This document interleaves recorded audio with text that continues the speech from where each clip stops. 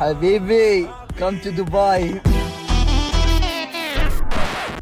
Нещо изключително интересно се наблюдава в Дубай през последната седмица.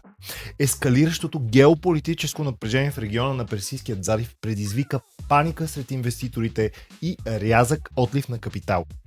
Индексът на недвижимите имоти на Дубайската финансова борса DFM Real Estate Index се срина с близо 30% само за 2 седмици. Докато пазарът на физически имоти обикновено е по-бавен, в момента се наблюдават признаци на сериозно напрежение. Доклади сочат за честири панически продажби, при които инвеститори търсят бърза продажба с отстъпки от 15-20% на фона на страховете от продължителен конфликт.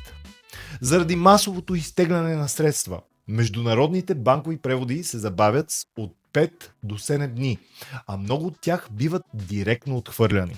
В отговор на това продавачите прибягват до нестандартни мерки, за да затворят сделките си по-бързо.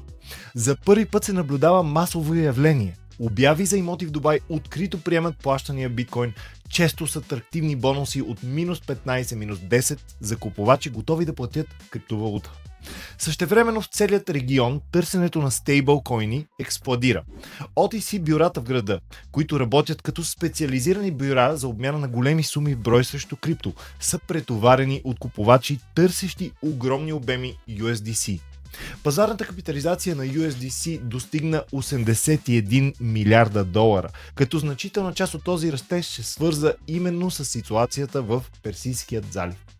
Дубай се превръща в доказателство за нарастващата роля на криптоактивите по време на кризи. Правилата за движение на капитали в стресова среда се пренаписват в реално време, а криптовалутите се утвърждават като по-бърза и необременена от държавни граници алтернатива за запазване и трансфер на капитали.